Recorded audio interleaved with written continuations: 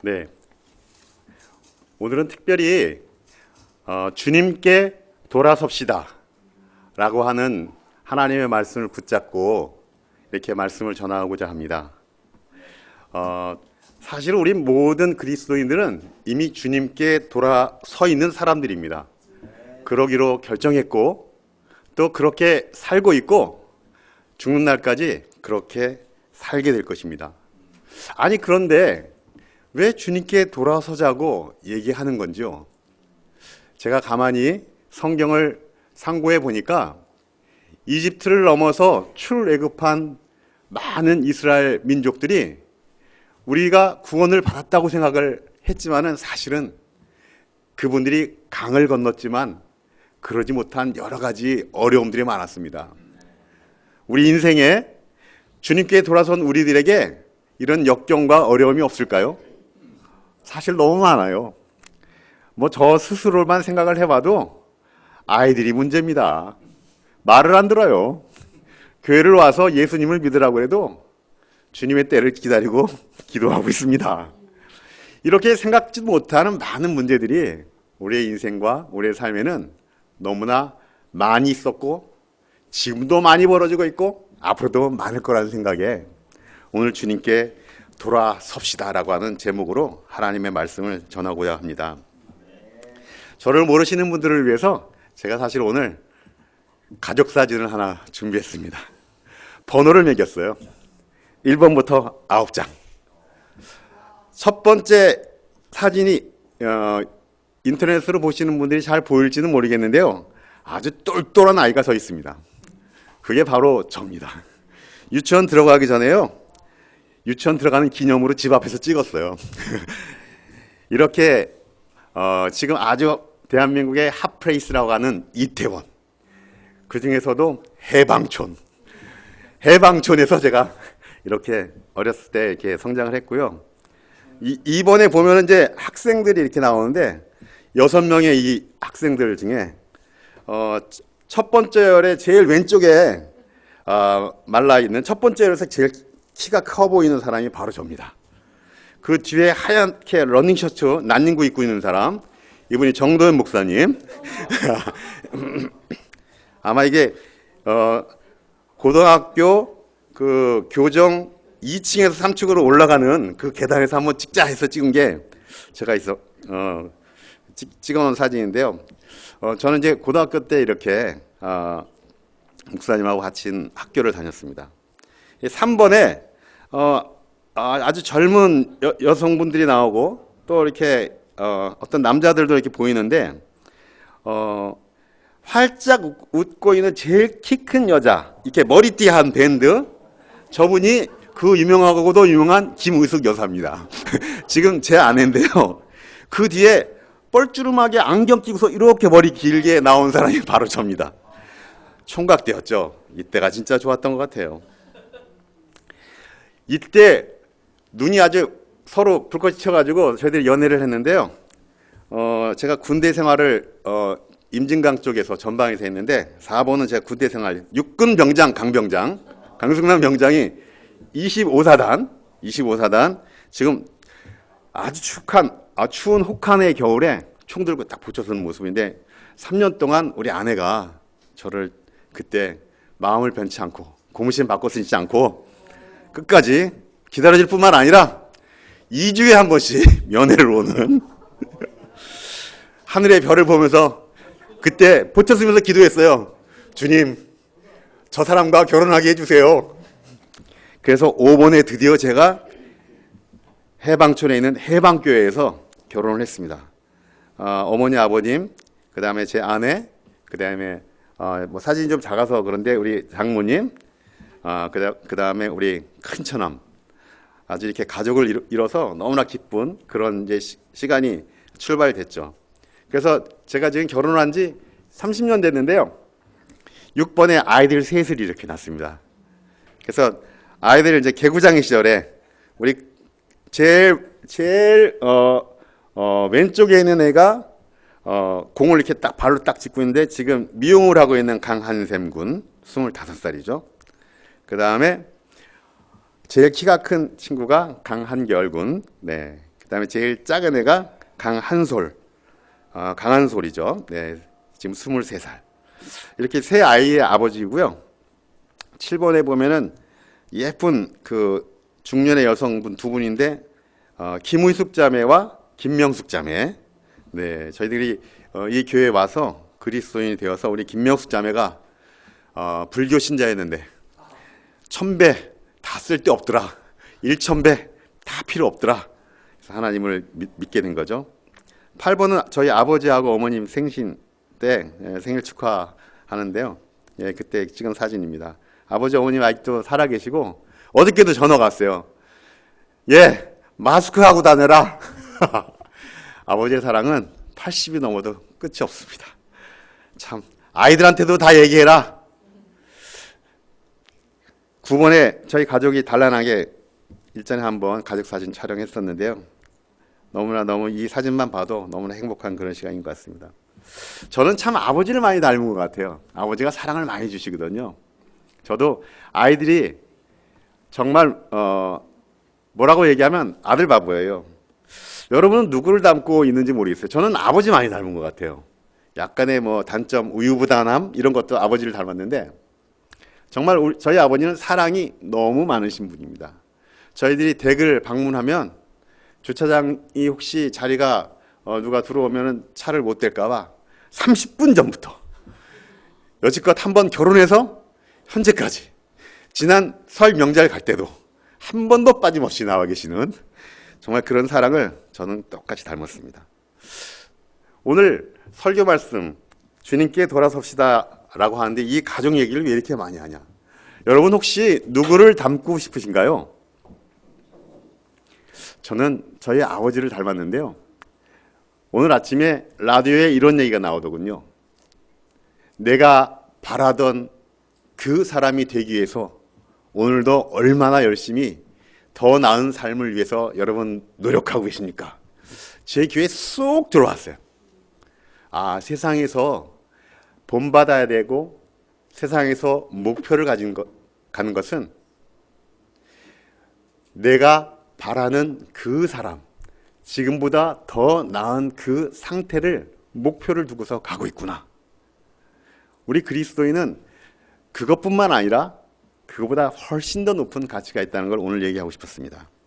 오늘 주제 말씀은 고린도후서 3장 16절부터 18절에 있는 말씀을 가지고 제가 주님 말씀을 증거하도록 하겠습니다. 제가 한번 읽어보겠습니다. 여러분은 파워포인트를 봐주십시오. 고린도후서 3장 16절. 사람이 주님께로 돌아서면 그 너울은 벗겨집니다. 주님은 영이십니다. 주님의 영이 계신 곳에는 자유가 있습니다. 우리는 모두 너울을 벗어버리고 주님의 영광을 바라봅니다. 이렇게 해서 우리는 주님과 같은 모습으로 변화하여 점점 더 큰 영광에 이르게 됩니다. 이것은 영이신 주님께서 하시는 일입니다. 네, 여기에 보면 주님께로 돌아서면 빨간 글로 진하게 써놨어요. 그렇게 되면 빨간 글씨를 보시면 주님과 같은 모습으로 우리가 점점 더 변화해 가게 된다는 거죠. 그리고 더 큰 영광에 이르게 되어야 됩니다. 조금 전에 얘기했던 우리의 인생의 목표는요, 우리가 조금 더 나은 사람이 되기 위해서 이 교회와 예수님을 그리스도로 받아들이고 믿은 것이 아닙니다. 우리는 주님과 같은 모습으로 변화하여 나가는 것을 죽을 때까지 노력해서 우리 주님의 기쁘신 삶의 창조 목적에 부합한 인생을 살아야 될 것 같습니다. 여러분, 우리의 삶의 궁극적인 목적은 조금 전에 얘기했던 편안한 삶일까요? 편안함 좋죠. 조금 더 많은 수입을 가지고 아이들에게 해주고 싶은 거 풍요롭게 다 지원해 가면서 인생을 향유하고 싶은 것, 누구나에게 특히 가정을 갖고 있는 형제, 자매들에게는 꿈이 아닐 수가 없습니다. 건강하죠? 우리 부모님이나 또는 아프신 분들이 우리한테 너무 흔하게 볼 수 있지만 건강한 삶, 열심히 운동을 하고 또 평소에 음식, 식이 조절 여러 가지를 하고 있습니다. 이런 사람들이 우리의 궁극적인 목표가 되어야 할까요? 저는 그렇게 풍요와 건강과 여유 있고 안정적인 삶, 이것도 물론 우리가 추구해야 될 삶의 하나의 목표이긴 하지만은 이것이 우리의 삶의 궁극적 마지막 도달해야 될 그 목적지의 목표는 아니라고 생각합니다. 그것은 바로 무엇이냐? 그러면 우리의 궁극적인 목적은 조금 전에 고린도 후서 3장 16절에 나와 있는 것처럼 주님과 같은 모습으로 변화해서 예수를 닮아가는 그런 삶으로 우리의 삶이 훨씬 더 나아가고 성장해 가는 것입니다. 그 삶은 사랑이 있고요. 그 삶은 절망과 어려움 속에서도 희망이 있는 삶입니다. 그 삶은 우리가 언제든지 어떤 상황이 있든지 기쁨을 가질 수 있는 그런 놀라운 인생의 보물 같은 삶인 거죠. 그 삶은 우리의 육체의 희망을, 육체의 그 자유함을 마음껏 구가하는 그런 삶일 수도 있지만 때로는 우리 육체를 쳐서 절제하는 아주 지고지순하고 숭고한 삶의 목적이라고 저희는 말하고 싶습니다. 우리는 말이죠, 벌써 시간이 너무 빨리 가고 있어요. 어저께 결혼했는 것 같은데 벌써 5년이 지나 10년이 지나 아니 30년이 지나 50년이 지나 아유, 내 배우자가 벌써 이 세상에 없고 이런 인생을 살고 있지 않습니까? 우리 모두에게 확실한 하나는 언젠가 죽을 때 우리가 갖고 있던 풍요롭고 건강하고 여유 있고 안정적인 모든 것들은 다 사라진다. 먼지와 같이 사라진다는 것을 성경은 말하고 있습니다. 예수를 닮아가는 삶, 이것은 영혼을 바라보는 삶이죠. 예수를 바라보는 삶, 그것은 우리 스스로가 어떤 목적으로 가야 되는지를 성경이 얘기하고 있는데요. 그것은 바로 우리가 그리스도를 닮도록 창조되었다는 것을 잊어버리지 않을 때 계속적으로 유지할 수가 있습니다. 창세기 1장 26절에 보면은요, 이렇게 성경은 말씀합니다. 제가 읽도록 하겠습니다. 창세기 1장 26절. 하나님이 말씀하시기를 우리가 우리의 형상을 따라서 우리의 모양대로 사람을 만들자. 여기에 보면은 하나님이 말씀을 하셨다고 합니다. 우리의 형상대로 사람을 만들자. 제가요, 하나님의 형상대로 만들어졌다는 거예요. 저는 이 얘기를 새롭게 성경을 보면서 아, 그렇지. 내가 하나님의 형상을 그대로 본받아서 만든 사람이었지. 근데 난 왜 이 모양일까?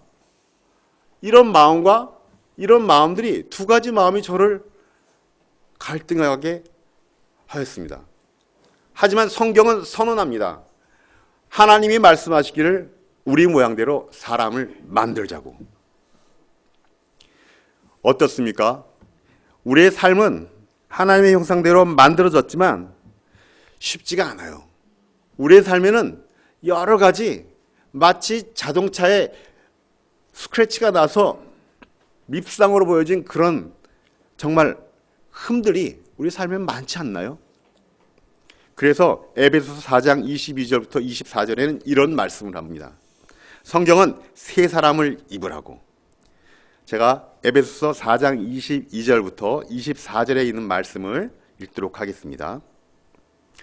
여러분은 지난날의 생활 방식대로 허망한 욕정을 따라 살다가 썩어 없어질 그 옛사람을 벗어버리고 마음의 영을 새롭게 해서 하나님의 형상을 따라 참 의로움과 참 거룩함으로 지으심을 받은 새 사람을 입으십시오. 하나님이 알고 있었어요. 우리가 우리 형상대로 사람을 만들었지만 아담이라고 하는 그 친구 이후에 많은 사람들이 망가져서 허망한 욕정을 따라서 옛날 방식대로 그냥 쭉 살고 있다라고 하는 것을 마음속으로 너무 애통해하고 계셨다는 거죠. 그래서 성경을 통해서 저희들에게 권고합니다. 옛사람을 벗어버리고 새 사람을 입으라고. 그래서 그리스도의 형상에 담는 원래의 그 위치로 어서 돌아오라고. 하나님께서 우리의 삶에 가지고 계신 궁극적인 목적이 바로 이거라고 생각한다면 우리는 편안한 삶이 아니라 그리스도를 닮은 그런 인격을 만들기 위해서 노력해야 할 겁니다. 우리는 이것에 착안해서 우리의 삶이 이 표준에 미달려 있다면 돌아서야 될 것이 무엇인지, 그 갭이 어떻게 벌어지고 있는지를 오늘 잘 봐야 할 것입니다. 우리의 삶이 이렇게도 그리스도를 닮도록 창조된 삶에서 멀어진 이유는, 그리고 이렇게 고통스러운 삶을 살고 있는 이유는 바로 그 문제는 죄 때문에 그렇습니다. 로마서 3장 23절에 보면 모든 사람이 죄를 범하였습니다. 그래서 사람은 하나님의 영광에 못 미치는 처지에 놓여 있습니다. 로마서 5장 12절도 이렇게 성경은 말씀하십니다. 한 사람으로 말미암아 죄가 세상에 들어왔고 또 그 죄로 말미암아 죽음이 들어온 것 같이 모든 사람이 죄를 지었기 때문에 죽음이 모든 사람에게 이르게 되었습니다. 우리는 원래 에덴에 살고 있었다면 정말 너무나 많은 하나님이 보시기 기쁜, 너무나 창조 목적에 맞는 그런 인생들을 모두가 살았을 것입니다. 하지만 아담이 죄를 범죄한 이후로 죄가 들어왔고 완벽한 인생이 허물어졌고 죄로 말미암아 그 죽음에 이르렀기 때문에 우리가 이렇게 고통스러운 것이죠. 우리가 거짓말을 하고 사람들에게 혹시 잘못을 하고 법을 어기고 사기를 치고 우리가 심지어 사람을 죽이는 극악무도한 그런 혹시 죄를 짓는다면 우리는 아마 지금 이 시대의 사회적인 규범에 있어도 정말 너무나 고통스럽고 절망과 나락에 떨어질 수밖에 없는 그런 인생을 삽니다.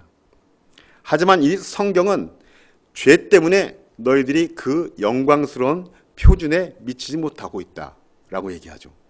우리는 그 표준에 도달할 수 있도록 삶을 끝까지 완주해야 할 것입니다. 하지만 어떤가요? 우리의 마음은 바울이 얘기한 것처럼 우리 마음속에는 두 가지의 마음이 있지 않나요? 로마서 6장 23절에 보면은 죄의 삭시, 죽음이고 하나님의 선물은 우리 주 예수 그리스도 안에 누리는 영원한 생명이라고 했는데 사도 바울은 7장 21절에서 23절까지 이런 말씀을 합니다. 너무나 괴로워서 자기의 육체가 죄의 법의 포로가 되어서 내가 영광스러운 표준을 위해서 너무나 달려가고 있지만은 또 한편으로는 어마어마한 죄를 짓는 정말 죄인 중에 죄인, 괴수라고 자기를 고백하지 않습니까? 이것이 사도 바울뿐만 아니라 제가 말씀하고 있는 저 자신과 우리 모두에게 한데요. 성경 로마서 7장 21절부터 읽도록 하겠습니다. 여기에서 나는 법칙 하나를 발견하였습니다. 곧 나는 선을 행하려고 하는데 그러한 나에게 악이 붙어 있다는 것입니다. 나는 속사람으로는 하나님의 법을 즐거워하나 내 지체에는 다른 법이 있어서 내 마음의 법과 맞서서 싸우며 내 지체에 있는 죄의 법에 나를 포로로 만드는 것을 봅니다. 죄의 법에 포로가 되어져 있는 우리가 얼마나 고통스럽고 힘든가요? 우리가 예수님을 따르면서 이 죄의 문제를 죽을 때까지 해결하지 못해서 늘 회개하고 기도하고 눈물로 정말 무릎을 꿇는 그런 날들이 얼마나 많은가요? 우리가 똑같은 실수와 죄들을 얼마나 많이 저지르고 있나요? 그것이 우리의 마음속에 성령님이 이렇게 살아야 한다라고 성경으로 말씀하고 가르치고 권고하는 것을 벗어나서 또는 약간 우리 스스로의 편의적으로 타협을 하며 얼마나 우리 스스로에게 정말 마음대로 이 죄의 법에 포로된 육체를 놓이게 할 수 있는 그런 시간들이 많았던가요? 저는 이런 생각을 합니다. 아직도 내가 회개하지 못한 어떤 것들이 저 마음구석 제일 바닥에 혹시 있다면 주님, 저에게 그것을 회개할 수 있도록 용기를 주십시오. 주님, 저의 육체가 이 나그네와 같은 인생을 사는 동안에 이 고통을 받고 있는데 저는 할 수가 없습니다. 라는 기도를 제가 하고 있습니다. 저는 아직도 그곳에 신음하고 있고요. 거기서 벗어나지 못하고 있고요. 이 죄의 법에 포로된 이 육체를 벗어던지지 못해서 제 마음속에 이 고통이 있다는 것을 고백하고 싶습니다. 제가 오늘 이 설교를 준비한 이유 중에 하나도 이것은 우리 모두가 함께 알아야 될 이유이기도 하지만 사실은 이 설교는 저를 위해서 준비하는 것입니다. 그러면 어떻게 해야 할까요? 이 고통스러운 삶을 우리가 계속 살아갈 수 없습니다. 예수님을 닮아가는 과정을 신학자들은 성화라고 불렀습니다. 오늘 본문 말씀인 고린도후서 3장 18절에 있는 말씀을 보면 우리는 모두 너울을 벗어버리고 주님의 영광을 바라봅니다. 이렇게 해서 우리는 주님과 같은 모습으로 변화하여 성화된다는 거죠. 점점 더 매일매일 점점 더 큰 영광에 이르게 됩니다. 저는 이것을 너무 마음속에 흠모하고 있습니다. 이것은 영이신 주님께서 하신 일입니다. 이것은 의지가 강력한 강승만이가 매일매일 마음속에 금식하고 결심해서 나의 의와 나의 열정으로 하는 것이 아니라 영이신 주님만이 해주실 수 있는 일이라고 성경은 말합니다. 예수님을 닮아가는 과정은요, 교회에 그냥 허투루 오는 사람들은 절대로 올 수가 없습니다.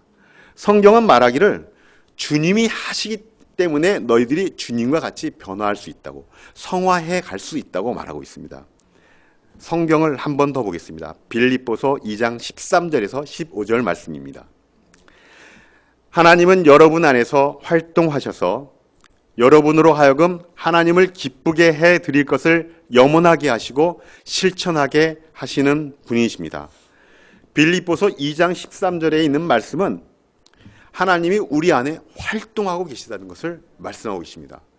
여러분, 오늘 이 시간에 인터넷으로 예배를 드리든 해외에서 이 예배를 같이 동참하든 혹시 이 교회 멤버가 아니어도 이 예배의 말씀을 듣기 위해서 인터넷으로 경청을 하는 분이든 하나님이 여러분 안에서 활동하신다고 말씀하고 있습니다. 하나님이 어떤 활동을 하고 있는지 빌립보서 2장 13절은 이렇게 얘기합니다. 나 하나님을 기쁘게 하기 위해서 너희가 열망하고 소원하고 염원하고 그 다음에 그걸 실천하게끔 내가 하고 있다. 얘들아, 내 얘기를 들어라. 우리의 마음속에 선한 것들이 일어난다면 그것은 하나님으로부터 오는 것입니다. 우리의 마음속에 육체의 법은 죄와 사망의 올가미에 쓰여져서 절대로 좋은 것이 나올 수가 없습니다. 우리는 하나님이 일하실 수 있도록 우리의 마음의 법을 열망할 수 있도록 하나님이 기쁘게 할 수 있도록 하나님이 활동할 수 있도록 그래서 우리가 예수님을 닮아갈 수 있도록 성화의 단계에 이를 때까지 우리는 열심히 매진할 수 있고 하나님이 활동하실 수 있도록 해야 하겠습니다. 그러면 우리는 어떤 태도를 가져야 할까요? 빌립보서 2장 14절 무슨 일이든지 불평과 시비를 하지 말고 하라고. 우리 주님이 하시는 모든 일들은 다 허락하신 일입니다. 세상에 우연은 없어요. 제가 1997년 4월 15일 세례를 받기 이전에 한 번 세례를 받을 수 3년 전 1995년 5년 그 어느 달인가 세례를 받을 수 있었는데 결정을 못하고 제가 공부를 스탑하고 그냥 저의 결정대로 돌아갔습니다. 하지만 주님의 때는 언제였냐? 시의 사이클이 1997년 4월 15일 목동 우성 에펠타운 7층 와이프의 반대가 있을 것이다. 뭐 이렇게 해가지고 거기서 제가 세례를 받았거든요. 그때 불평이 많았어요. 주님, 오늘 세례 받고 들어가면 우리 김우숙 자매가 집을 나간다고 했습니다. 얼마나 제가 걱정이 많았겠습니까? 그때 제가 기쁜 마음으로 돌아갔어요. 여보, 아멘, 제가 세례를 받았습니다. 아내가 집을 나갔어요. 하지만 제가 불평하지 않고 열심히 신앙생활을 하고 원칙과 기준 쳐서 하나님의 말씀을 따르려고 순전한 마음을 주님께 바쳤을 때 저는 하나님께서 저의 가족의 구원을 이루어 주셨습니다. 성화의 단계는 이렇게 하나님이 활동하실 수 있도록 하는 사람에게만 나타납니다. 성화의 마지막 단계는 이렇게 될 것입니다. 빌립보서 2장 15절. 우리 모두가 예수님을 이렇게 우리를 지금 바라보고 있어요. 얘들아, 장현아, 너는 하늘의 별이야. 너는 엄청나게 빛나는 사람이야. 경서가, 너는 진짜 이 깜깜한 밤에 내가 정말 너에게 희망을 둔 보석같이 빛나는 별이야. 예수님은 이렇게 우리를 기대하고 있습니다. 여러분 어떤가요? 우리 죄의 사망의 육체의 법에 우리가 신음하고 있는 우리를 마치 베드로에게 희망을 주고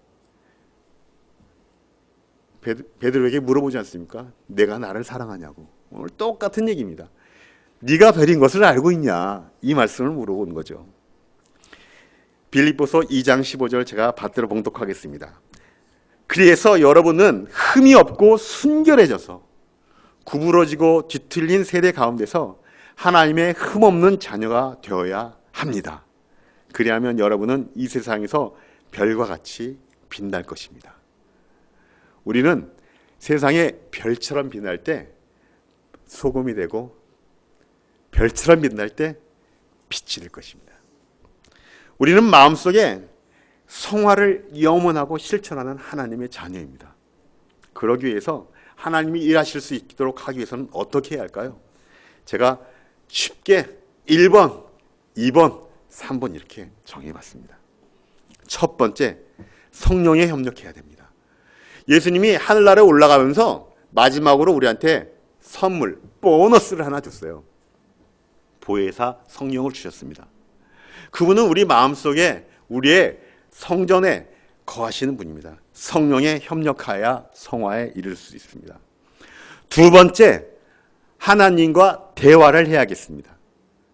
하나님과의 대화는 어떻게 하냐고요? 전화로 하냐고요? 아닙니다. 하나님은 말씀을 통해서 또 사람들을 통해서 심지어 믿지 않는 사람들도 하나님은 사용을 하세요. 그리고 상황을 통해서 하나님은 우리와 대화하십니다. 우리는 귀를 잘 열어서 마음의 귀를 잘 열어서 영의 눈을 밝히 떠서 하나님을 보고 대화해야 할 겁니다. 대화해야겠습니다. 세 번째, 그런데 이것은 이 성화는 멀고도 긴 여정입니다. 그러면 성령에 협력하는 것은 어떤 것일까요? 한번 알아보도록 하겠습니다. 먼저 에베소서 4장 22절에 있는 말씀을 읽기 전에 첫 번째로 옛날의 태도를 버려야 됩니다. 아직도 옛날의 태도를 갖고 있는 사람들이 있습니다. 여러분 마음대로 하는 것, 또 저도 제 마음대로 할 때가 많습니다. 주님께서는 그것을 원치 않고 계세요. 우리의 마음속에 성령님은 내가 너를 돕기 위해서 눈물과 피땀을 흘리면서 지금 기도하고 있는 것은 너는 왜 알지 못하냐고 얘기합니다.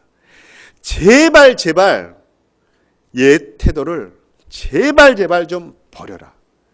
네가 그리스도인이 돼서 세례만 받으면 다냐? 이거죠. 옛날의 태도를 버립시다. 우리의 마음속에 이런 말씀을 꼭 기억해야겠습니다. 에베소서 4장 22절. 여러분은 지난날의 생활 방식대로 허망한 욕정을 따라 살다가 썩어 없어질 그 옛사람을 벗어버리고, 에베소서 4장 22절에는 버리지 못한 지난날의 생활 방식에 대해서 이미 성경은 알고 있어요. 하나님이 알고 있습니다. 우리가 누구에게 오픈하지 못하고 하나님께만 얘기하는 그 비밀스러운 일들을 우리는 스스로가 기억해야 할 것입니다. 그것을 버릴 수 있도록 성령님이 도와서 그것을 압도할 수 있도록 우리는 해야만 할 것입니다. 그러나 이 옛 태도들은 어디에서 시작되는지 성경은 허망한 욕정이라고 하는 말씀을 바로 뒤에 따라서 붙입니다. 허망한 욕정은 무엇일까요?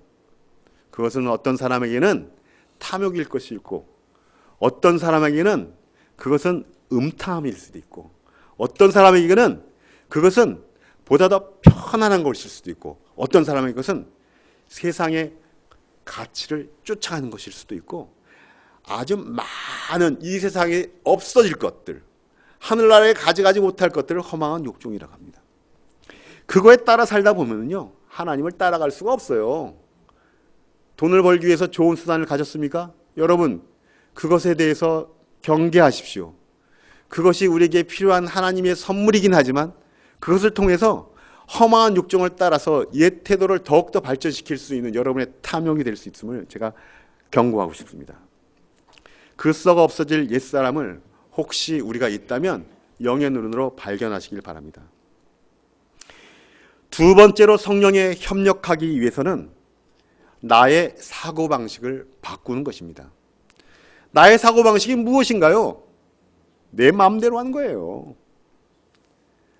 매일매일 성경 읽기로 하고서, 매일매일 하나님께 찬양하기로 하고서, 매일매일 자기를 부인하고 십자가에 못 박기로 하고서, 매일매일 십자가에 올라갈 때는 하나님, 이번만큼은 안 올라가면 안 될까요? 이런 얘기를 하는 저 자신을 봅니다. 타협을 하는 사람을 봅니다. 나의 마음대로 내 스스로가 결정하는 걸 봅니다. 물론 우리는 완벽한 사람이 아니기 때문에 영적인 것으로 모든 것을 다 결정할 수는 없어요. 하나님도 아십니다. 하지만 그러기 때문에 성령님께서 기도하고 계시고 우리 안에서 협력해서 너의 마음의 영을 새롭게 해주기 위해서 애타게 성령님이 지금 일하고 계신 것을 우리가 기억해야 할 것입니다. 그분을 무시하지 마세요. 우리의 마음속에 있는 성령님에 협력해야겠습니다. 세 번째, 새롭고 거룩한 습관을 그래서 우리는 필요합니다. 습관을 들이는 것은 어떤 사회학자들은 21일이 걸린다고 합니다. 매일매일 조금씩 하다 보면 21일째 되면은 옛날 방식보다 새로운 습관의 방식으로 우리는 쫓아갈 수 있다는 것이죠. 그래서 습관은 방향을 정하는 것이 중요합니다. 하나님의 형상을 따르기 위해서 우리는 방향을 정합시다. 우리가 어떤 부분에서 지금 아주 어린아이 같은 수준이 있다면 초보적인 수준에서 조금 더 성장하기로 한 걸음을 떼는 쪽으로 방향을 바꿔서 우리가 나가도록 합시다. 우리가 우리 삶 속에 거짓이 있다면 그 거짓 때문에 괴로워했던 시간들, 괴로워했던 성령님이 기도하고 있다는 것을 기억하고 우리가 의롭게 가기 위해서 우리가 마음의 결정을 합시다. 하나님과 세상은 똑같이 갈 수 없다는 걸 알고 우리는 하나님을 따르는 거룩함으로 우리가 나아가기 위해서 결정합시다. 세상은요, 너무 재밌어요. 너무 편하고요. 당장의 만족이 줍니다. 당장 이렇게 코로나 바이러스가 있어도요, 여기서 어떤 어플을 통해서 하면은 10,000원 정도면요, 맛있는 음식을 여기다가 시켜놓고 엄청난 행복감을 누릴 수 있어요. 하지만 여기서 2시간이고 3시간 눈물을 흘리면서 이 예배당에서 하나님께 기도해도요, 하나님은 아무런 대답이 없어요. 우리에게 만족을 주시지도 않아요. 답답해요. 눈에 보여지지도 않아요. 거룩함을 우리가 열심히 추구하여도 하나님은 그거에 대한 답을 바로 주시지 않습니다. 세상은 만족을 바로 줘요. 하지만 하나님은 만족을 바로 주지 않기 때문에 의로움과 거룩함을 따라가는 것은 우리의 결정을 정말 하고 성령님께 우리의 삶을 내맡기기 전까지는 할 수가 없는 것이죠. 바로 이런 사람들이 새 사람입니다. 새 옷을 입었어요. 새 옷을 입는 것은 매일 매 순간마다 성령님을 의지할 때만 가능한 것입니다. 에베소서 4장 24절, 하나님의 형상을 따라 참 의로움과 참 거룩함으로 지으심을 받은 새 사람을 입으십시오. 여러분, 나는 절대 할 수 없습니다. 내 안에 계신 그리스도께서 매일매일 그분과 함께 우리가 죽을 때 성령님이 우리를 하나님의 형상으로 따라가는 최고의 기뻐하시는 몸으로 우리를 성화시켜 주실 것입니다. 그러면 우리는 하나님과 대화를 어떻게 할까요? 말씀으로, 기도로 하나님을 만나야 합니다. 여러분, 최근에 여러분 말씀을 여러분들 스스로가 읽은 것이 언제인가요? 여러분 스스로가 마음속에 입을 열어서 기도한 것이 언제인가요? 그것을 다 하는 거 아니야? No. 홍해를 건넜던 모든 사람들이 맨날 만나와 메추라기를 먹어도 그분들이 너무나 매일매일 똑같은 습성에 빠져서 그것이 새롭지만 않다면, 말씀과 기도에 귀 기울이고 헌신되어 있지 않다면 여러분 오늘 하나님을 건성으로 만나는 겁니다. 제가 우리 김유숙 자매를 만날 때 참 그땐 돈이 없었어요. 하지만은 마음으로는 김숙 자매가 뭘 좋아하는지를 사실 알고 있었습니다. 저의 이 잘난 얼굴 아니었어요. 아주 가난했지만 솔직하고 담백한, 그리고 자신 있는 이 삶의 태도, 그리고 진지한 인생에 대한 비전, 이런 것들을 김숙 자매가 좋아했습니다. 저는 이것이 김숙 자매의 마음을 사로잡았다고 생각합니다. 그래서 항상 그런 마음으로 제 아내를 만날 때는 정말 결혼하기 전에는 얼마나 설레었는지 몰라요. 하나님과 만나는 것은요, 설레야 합니다. 오늘 아침에 일어났으니까 성경을 봐야지, 성경 어플을 읽고 기도를 해야지. 물론 그것이 익스라이팅하고 마치 사이다를 먹어서 짜릿한 그런 맛을 주지는 않을 거예요. 하지만 우리의 마음밭을 그렇게 하나님을 만나는데 최대한 최선의 상태로 우리 마음을 열어놔야 할 것입니다. 디모데후서 3장 16절은 이렇게 말합니다. 모든 성경은 하나님의 영감으로 된 것으로서 교훈과 책망과 바르게 함과 의로 교육하기에 유익합니다. 하나님은 우리에게 영으로 말씀하십니다. 너에게 주고 싶은 교훈이 있다. 너에게 이것이 꼭 좋겠어. 다른 사람은 이것이 잘 되고 있는데 너는 이것이 안 되고 있구나. 얘야, 너는 왜 그것에 자꾸 넘어지니? 사람을 보내고 형제를 보내고 말씀을 보내고 상황을 버려놓아 하나님은 말씀하십니다. 성경은 말씀을 통하여 우리가 필요한 진리를 습득하고 성장하는데 많은 것을 공급해 주십니다. 기도는 어떻습니까? 기도가요, 저희 바이블톡에 지난 1년 전에 기도 리스트를 쭉 이렇게 적어서 서로 공유를 했어요. 야, 기도가 이루어지는 게 많더군요. 아주 놀라울 정도입니다. 심지어 제가 주중 나눔 때 한번 얘기를 했는데요. 아침에 하나님의 말씀을 읽고 제가 회사에서 있을 두려운 어떤 일에 대해서 기도했어요. 하나님, 저의 상사가 악독하기로 유명한 사람인데요. 오늘 회의가 있는데 깨지지 않게 도와주세요. 그 사람은 보통 무조건 깹니다. 20분 깨는데요. 제발 좀 용서해 주세요. 저를 좀 구해 주세요. 제가 아침에 기도하고 7시 20분에 보고를 했는데요. 아침에 그 기도한 것이 한 20명 보고하는데 저만 칭찬을 받았어요. 저희 회사의 직원들이 강승만의 하나님을 찬양한다고 그랬어요. 기도는 하나님과 깊이 교제하는 것뿐만 아니라 우리에게 하나님이 살아계심을, 하나님과 자꾸 대화할 수 있는 것을 우리에게 주시는 유일한 하나님과의 축복의 통로인 것입니다. 골로새서 4장 2절에 보면 이런 얘기가 나옵니다. 기도에 힘을 쓰십시오. 감사하는 마음으로 기도하면서 깨어 있으십시오. 여러분, 여기에 기도에 기도하십시오가 아니라 기도에 힘을 쓴다고요. 여러분, 100m 달리기 할 때 준비할 때 그 떨림 있지 않습니까? 기도는 마치 그런 것과 같아요. 내가 기도할 때 떨리는 거예요. 요익 준비 땅 할 때 그 떨림 있잖아요. 기도를 하는 거죠. 하나님께 기도를 합니다. 하나님, 저의 마음속에 이런 것들을 아시지 않습니까? 그 설렘, 그 기다림, 그것이 기도예요. 기도는 그래서 이루어질 때까지 하는 거예요. 그래서 힘을 쓰라고 하는 거죠. 기도는요, 자판기가 아니에요. 집어넣어서 밀크커피에 넣으면 밀크커피 나오고 아메리카노 나오고 그런 게 아니에요. 힘을 써야 되는 게 기도예요. 기도를 힘을 써야 합니다. 여러분, 기도가 어떻게 하고 계신가요? 아침에 일어나서 기도하죠. 저도 합니다. 점심에 아이고 바쁘게 하루가 지났네. 벌써 점심이야. 하루 동안 기도에 시시때때로 해야 돼요. 어떻게 해야 할까요? 매 순간 하는 거예요. 주님, 저에게 지금 이런 상황이 있는데 어떻게 하면 좋겠습니까?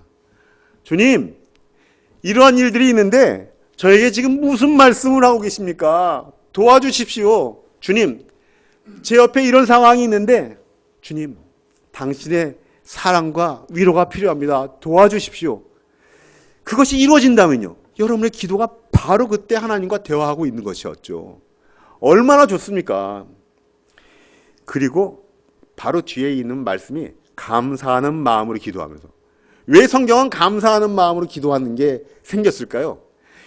역사상의 성경에 있는 많은 위인들은요, 우리의 믿음의 조상들은, 믿음의 선조들은요, 기도가 이루어지니까 너무나 감사했던 거죠. 그래서 바로 감사하는 마음이 바로 뒤에 나온 거예요.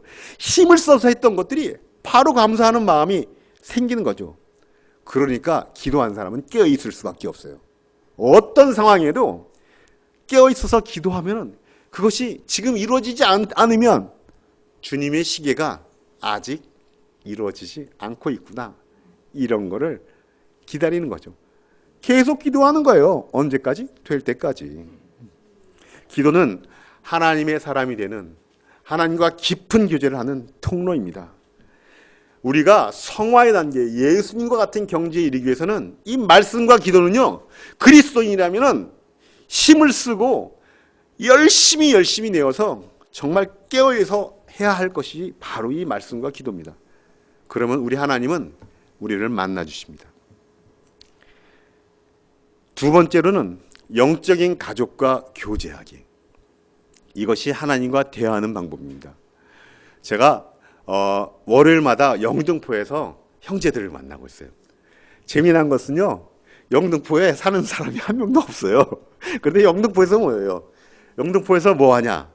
맛있는 것도 먹고, 서로 고민도 나누고, 얘기도 하고, 성경 말씀도 나누고, 그리고 성경을 통해서 뭘 그날 배웠는지 얘기하고, 그 다음에 교제하고, 또 필요한 거 있으면 쇼핑도 하고, 참 그 안에 즐거움이 많은 것 같아요. 그래서 저는 정말 이렇게 월요일처럼 하루만 산다면 저는 그 시간이 너무나 기대되는 것 같아요. 일주일 중에 정말 월요일만 같으면 너무 좋을 것 같아요. 월요일 같은 시간만 있다면 너무 행복할 것 같아요. 그렇게 해서 주님이 오신 날까지 간다면 저는 맨날 월화수목금토일이 아니라 월월월월월월월 이렇게 가는 거죠. 뭐 주일날도 월요일처럼, 월요일날도 월요일처럼, 화요일날도 월요일처럼 매일매일 영적인 가족들과 교제하면 얼마나 좋을까요? 하나님은 교회의 공동체를 주었습니다. 예루살렘에 모여 있으면서 떠나지 말라고 하면서 오순절을 120성도가 거기서 기도했을 때 하나님의 성령이 있으면서 거기에서 주님의 성령이 내려왔죠. 모든 사람들이 기도했을 때 그 뒤에 그야말로 이 선한 공동체를 통해서 하나님은 말씀하시고 역사를 하셨어요. 기독교 역사상 이루어지는 모든 역사는 이 교회를 통해서, 이 영적인 가족들을 통해서, 이 개인 성전 한 사람 한 사람이 연합한 이 공동체를 통해서 하나님은 우리와 대화하셨습니다. 교회에 나오지 않고 나는 하나님을 믿어요, 그 사람은 조금 생각을 달리 해야 합니다. 교회에 나와야 합니다. 이 교회는 하나님이 세우신 정말 사탄이 무너뜨리지 못한 정말 하나님의 강력하고 파워풀한 그런 곳입니다. 영적인 가족을 주심에 하나님께 이 자리를 빌어서 진심으로 감사를 드립니다. 하나님은 사람을 통해서 우리에게 권면하고 우리에게 사랑을 주고 대신 하나님을 느낄 수 있게끔 많은 것들을 지원해 주시는데, 그것이 예수님을 따라갈 수 있도록, 예수님을 향해 갈 수 있도록 해주는 것이죠. 세 번째로 하나님과 대화하는 것은 모든 상황을 수용하는 것입니다. 이 코로나19가 온 것은 왜일까요? 하나님이 말씀하시는 것이겠죠.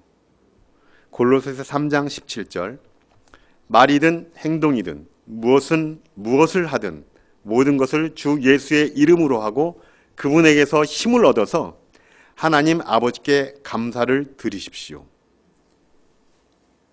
하나님은 예수님을 우리에게 보여주시기 위해서 여러 가지 상황들을 보여주시고 있습니다. 왜 이렇게 바이러스가 이 세상에 많이 퍼지고 있는지, 왜 이렇게 그동안 횡행했던 많은 이기적이고 우리 눈에 벗어나서 없어졌으면 좋을 만한 것들이 왜 하나님은 그냥 그토록 방치하고 계신 것일까? 왜 하나님은 졸고만 계시고 계신 것이 아닐까? 이런 생각을 한다 손치더라도 하나님은 모든 상황을 통해서 우리에게 말씀하시고 교훈을 주고 알게 하시고 우리로 하여금 정신을 차리게 하시고 계십니다. 하나님과 대화하는 것은 우리 스스로가 하는 것이 아니죠.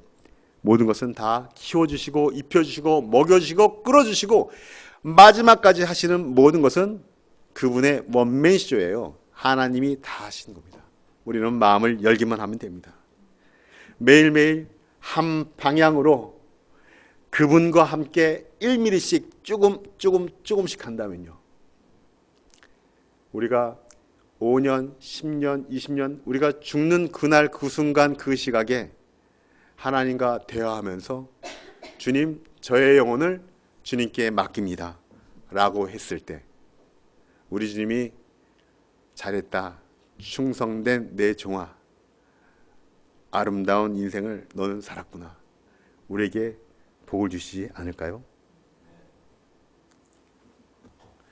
하지만 이것은 멀고도 긴 여정입니다. 에베소서 4장 13절부터 15절에 있는 말씀을 읽도록 하겠습니다. 우리 모두가 하나님의 아들을 믿는 일과 아는 일에 하나가 되고 온전한 사람이 되어서 그리스도의 충만하심의 경지에까지 다다르게 됩니다. 우리는 이 이상 더 어린 아이로 있어서는 안 됩니다. 우리는 인간의 속임수나 간교한 술수에 빠져서 온갖 교훈의 풍조에 흔들리거나 이리저리 밀려다니지 말아야 합니다. 우리는 사랑으로 진리를 말하고 살면서 모든 면에서 자라나서 머리가 되시는 그리스도에게까지 다다라야 합니다. 이 성화의 길은 그리스도의 경지에 다다르는 일입니다. 그것은 우리가 예수님을 죽을 때까지 믿는 일이기도 합니다. 하지만 그 믿는 일이 머리로부터 가슴으로 내려오고 우리의 가슴이 우리의 실천이 되어서 우리 예수님이 자기를 죽기까지 이웃을 위해서 자기 목숨을 내던지면서 모든 것을 다 내어주신 것처럼 우리의 삶을 일치시키는 것까지의 훈련인 것입니다. 하지만 어떤가요? 세상의 속임수가 우리를 너무 흔들죠. 그렇지 않아. 지금은 교회보다는 너의 일에 집중을 해야 해. 그렇지 않아. 지금은 어떤 시대인데 지금은 하나님 말씀보다 이것을 하나님이 더 원하고 계셔. 약간 틀면서 우리에게 들어오는 속임수, 그런 것들이 얼마나 많았나요? 우리는 영원한 천국의 소망을 잊지 말고 흔들리지 말기로 결정합시다. 세 번째로는 우리가 중단 없이 성장하기로 결심한다면 우리는 그리스도의 경지에까지 충만하게 다다를 것입니다. 그러면 그 경지에는 어떤 일이 벌어지냐면 사랑으로 진리만을 말씀하시는 예수님처럼 그렇게 될 것입니다. 우리의 말이 성경 말씀처럼 성경들이 막 나오는 거예요. 성장은 훈련과 인내 시간이 필요합니다. 예수님처럼 되는 것은 길고 느린 성장인 것이죠. 시간이 필요합니다. 이 시간은 정말 많은 시간들이 필요한데요. 완성이 아니라 천천히 가야만 할 것입니다. 파워포인트가 좀 작아서 제가 중요한 내용들만 한두 포인트만 얘기하고 가야겠습니다. 이 배우는 데는 시간이 많이 필요합니다. 빌립보서 1장 16절에 있는 말씀. 여러분 속에 선한 일을 시작하신 하나님께서는 계속 그 일들을 은혜로이 성장시켜서 예수 그리스도께서 다시 오시는 날에 완성해 주실 것을 나는 확신하고 있습니다. 우리 안에 선한 일을 하나님은 이미 시작했습니다. 계속 그 일을 은혜롭게 지금 성장시켜 주신다고 합니다. 우리는 배우는데 노력을 해야 하고 시간을 많이 들여야 할 것 같아요. 완성을 위해서. 우리는 완벽이 아니고 완성이 아니고 완성을 향해 가는 긴 여정에 우리는 지금 나서기 시작한 것입니다. 또한 우리는 우리가 잊어야 할 것들이 많다는 것을 알아야 할 것이에요. 디모데전서 4장 7절에 보면 저속하고 헛된 꾸며낸 이야기들을 물리치십시오. 경건함에 이르도록 몸을 훈련하십시오. 우리의 경건함은 한 번에 주어지지 않습니다. 우리는 아직도 저속하지 않습니까? 우리는 아직도 헛되지 않습니까? 우리는 아직도 많은 것을 꾸며내면서 많은 것을 계획하고 있지 않나요? 우리는 그것을 잊어야 합니다.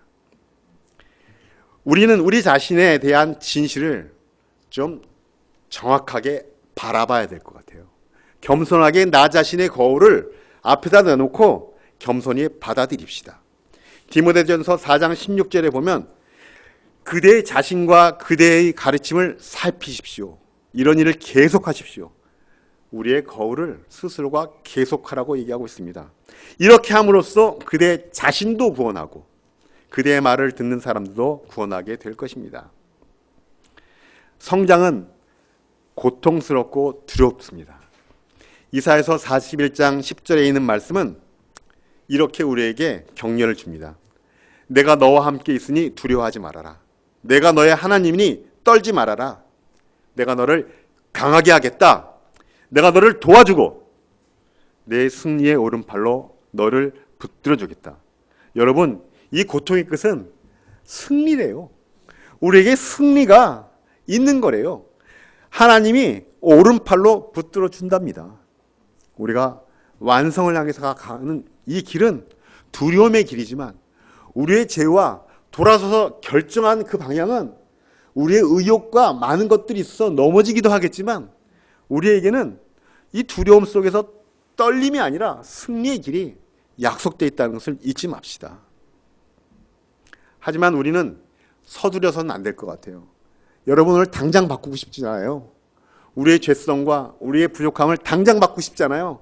당장 바꿔지지 않는 게 인생이지 않습니까? 서두르지 맙시다. 성취할 때까지는 하나님도 기다리고 우리도 기다립니다. 우리 스스로에게 조금 어떤 때는 좀 너그러워야 돼요. 우리에게 기회를 줍시다. 하나님도 기다리고 있는데 우리도 기다립시다. 우리 스스로를. 우리 안에 영이 활동하고 계신다는데 그분이 시간이 때까지 우리 좀 기다립시다. 전도서 3장 1절 모든 일에는 다 때가 있다. 목욕탕 주인이 얘기한 건 아니죠. 다 때가 있다고. 세상에서 일어나는 일마다 알맞은 때가 있다. 하나님은 이 우리의 때를 기다리고 계십니다. 성령님을 통해서 일하고 계십니다. 우리가 들은 것들을 그래서 굳게 간직합시다. 히브리서 2장 1절에 보면 들은 것들을 더 굳게 간직하여 잘못된 길에 빠져든 일이 없어야 마땅하다고 얘기하고 있습니다. 하지만 어떤 사람들은요, 간직하지 않고 있어요. 여러분의 통장에 잔고나 간직하고 있고 우리의 재산을, 우리의 죄성을 간직하는 것이 아니라 우리가 간직해야 될 것은 정해져 있는 거예요. 우리의 들은 바를, 여러분 처음 들은 것들을, 우리가 예수님을 처음 마주한 것을 마음속에 처음 전해 들은 대로 아직도 갖고 있나요? 그거를 굳게 간직하고 있나요? 아니, 지금 이 시간 아직도 그것이 유효기간이 끝나지 않은 아주 살아있는 날 것으로 남아있나요? 묻고 싶습니다. 시간이 필요한 우리들은 어떻게 성장해야 할까요? 첫 번째, 생각하는 방법을 바꿔야 됩니다. 잠언 4장 23절에 보면 우리는 스스로가 자기 스스로 결정하는 자기 결정 장치가 마음속에 있다고 합니다. 그 무엇보다도 너는 내 마음을 지켜라. 그 마음이 바로 생명의 근원이기 때문이다. 이것을 좀 다른 현대 영역 성서 TEV라고 하는 버전을 보면 잠언 4장 23절이 이렇게 나와요. 너희의 사고방식에 주의하라. 너희의 삶이 생각에 의해서 이루어진다. 내 스스로가 생각하는 방법대로 여지껏 인생을 혹시 결정하였다면 어떨 때는 하나님의 방식대로 삶을 결정하다가도 좀 하나님의 방식이 불리하면 내 방식대로 삶의 방식을 결정하는 혹시 그런 오토매틱이 여러분 안에 지금 세팅되어져 있다면 오늘 제발 좀 바꾸세요. 여러분의 버튼을 수동으로 좀 놔주십시오. 여러분의 자기 조정 장치가 자동으로 되어져 있다면 지금 버튼을 수동으로 좀 놔주세요. 생각하는 방법을 바꾸라고. 예수님처럼 생각하기로 여러분 버튼을 바꾸십시다. 성숙한 생각으로 발전시키기 위해서 우리가 고린도서 14장 20절에 있는 어린아이 같은 생각은 이제 하지 맙시다. 어른이 되어야 돼요. 어른이 되는 것은요, 오토매틱으로 맨날 1번이신 하나님의 방법의 영적인 결정이 아니라 어떤 때는 2번, 3번인 나와 다른 사람들의 것들에 의해서 결정하는 것들을 바꿔야지만 성장할 수 있어요. 그래야지 여러분들이 예수님과 같은 모습으로 죽을 때까지 성장하고 변화하고 하나님이 기뻐하는 그런 인생을 살 수가 있습니다. 고린도전서 13장 11절에는 어릴 때처럼 그렇게 애들처럼 깨닫고 생각하고 그러지 말라고. 이제 좀 어른이지 않냐고. 너 20년 됐고 30년 된 그리스도인 아냐고. 너 미션팀으로 한국에 온 선교사 아니냐고. 너 왜 이렇게 애들처럼 그렇게 생각하냐고. 너 이 교회를 설립한 그런 사람 아니냐고. 여러분, 그런 거 하나도 중요하지 않습니다. 타이틀 중요하지 않아요. 어린아이가 된 것 버리십시오. 우리는 타이틀로 사는 것이 아닙니다. 우리는 오직 예수님의 말씀으로만 살고 우리의 말씀을 통해서 우리는 자기중심적인 것들을 타인중심으로 바꾸신 예수님처럼 살아가는 것입니다. 그렇게 할 때만이 바로 성장하는 것입니다. 말씀이 길어서 제가 조금 말씀을 좀 줄이도록 하겠습니다. 우리 안에 시험이 많기 때문에 우리는 성장하지 못하고 있는데요. 시험은 어떻게 오는지 첫 번째 요거만 얘기하고 말도록 하겠습니다. 말씀을 마무리하겠습니다. 첫 번째, 사탄이 욕구를 일으킵니다. 우리가 성장하려면 사탄이 가로막는데요. 그것은 우리의 마음속에 욕구를 일으키면서 들어와요. 그게 좋아. 저 집을 얻기 위해서는 이 일을 해야 돼. 저 차를 얻기 위해서는 이걸 해야 돼. 야, 지금 수입이 작지 않니? 좀 더 많게 하기 위해서는 이걸 생각해야 돼. 마가복음 7장 21절부터 23절은 이렇게 얘기합니다. 나쁜 생각은 사람의 마음에서 나오는데 곧 음행과 도둑질과 살인과 간음과 탐욕과 악의와 사기와 방탕과 악한 시선과 모독과 교만과 어리석음이다. 이런 악한 것이 모두 속에서 나와 사람을 더럽힌다. 사탄은 우리의 욕구를 여러 가지 행태로 이렇게 시작해서 일으키기 시작합니다. 여기에 빠져서는 안 될 겁니다. 두 번째, 이런 사람들은 의심을 합니다. 히브리서 3장 12절. 형제자매 여러분, 여러분들 가운데서 믿지 않는 악한 마음을 품고서, 보세요. 마음을 얘기하고 있어요. 악한 마음. 살아계신 하나님을 떠나는 사람이 아무도 없도록 여러분은 조심하십시오. 이 악한 마음은 의심으로 시작되어서 하나님을 결국은 떠나게 한다고. 아이가 생명 줄인 엄마로부터 떨어지는 것이에요. 왜? 하는 아이가, 엄마, 난 세상에 나왔으니까, 난 세례를 받았으니까 집을 떠날 거예요. 난 이제 다 알았어요. 이와 같습니다. 의심, 하나님을 의시하는 것, 악한 마음을 품는 것, 여기에 우리는 시험에 들지 말아야 합니다. 우리에게 부정적인 생각이 있고 우리의 눈을 거슬리는 것이 있습니까? 여러분, 마귀에게 기회를 주는 것입니다. 너그러이 용서하십시오.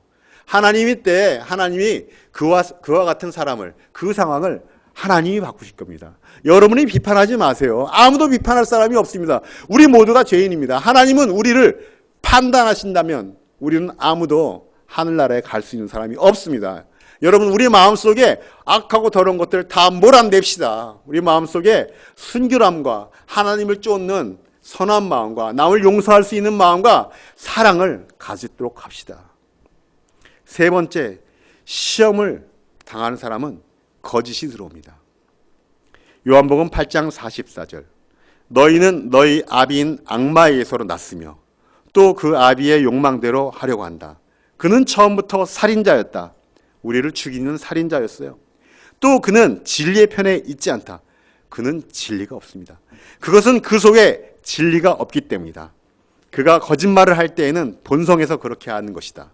그는 거짓말쟁이며 거짓의 아비이기 때문입니다. 제가 거짓말을 참 많이 할 때가 있었습니다. 물론 지금도 자유롭지 않습니다. 하지만 거짓의 아비인 악마가 저를 시험에 빠뜨리게 해요. 상황을 만들어서 저를 몰아내서 구렁텅이에 빠뜨려서 저의 두려움과 저의 우유부단함을 모면하기 위해서 거짓을 사용하게 합니다. 저는 그런 시험에 들어서 그렇게 넘어진 적이 많이 있습니다. 여러분은 어떤가요? 저는 이것을 이겨내고 싶어요. 하지만 저는 할 수가 없습니다. 여기서 성장하고 싶어요. 저는 이것을 뛰어넘고 싶어요. 진실로 하늘의 별처럼 빛나고 싶습니다. 네 번째, 시험을 당하는 사람은 불순종합니다. 하나님이 없다고 하는 거예요.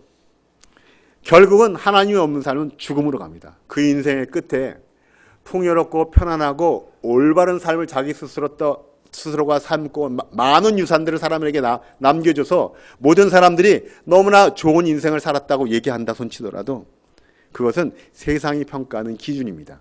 하나님은 불순종한 사람에게 이것을 얘기합니다. 야고보서 1장 14절부터 15절. 사람이 시험을 당하는 것은 각각 자기 욕심에 이끌려서 꿰매에 빠지기 때문입니다. 욕심이 잉태하면 죄를 낳고 죄가 자라면 죽음을 낳습니다. 우리 불순종하지 맙시다. 시험은 하나님께 나아가는 것을 막습니다. 그리스도인 여러분, 예수를 주라고 고백한 여러분, 우리의 마음의 욕구와 의심과 거짓과 불순종이 우리가 하나님을 앞에 하나님을 따라 나서서 하나님께 나아가는 것을 가로막고 있다는 것을 우리는 기억해야 할 것입니다. 말씀을 마칩니다. 주께로 돌아섭시다. 여러분, 돌아설 것이 없다면 너무 잘 지내서 고맙습니다. 하지만 여러분, 돌아설 것이 하나라도 있다면 여러분, 오늘 우리의 마음속으로 우리의 영이신 성령님이 우리 안에 일할 수 있도록 우리 그렇게 합시다. 삶의 궁극적인 모습은 우리 주님과 같은 모습으로 변화하는 것이고 우리는 그리스도를 닮도록 창조되었습니다. 고통스러운 삶을 살고 있는 이 시간에 우리는 죄에서 힘들게 허덕이지만 우리가 결정한 것은 예수님을 닮기 위해서 성령에 협력하고 하나님과 대화하고 길고도 지루한 여정들을 우리는 완주해 나갈 것을 결정합시다.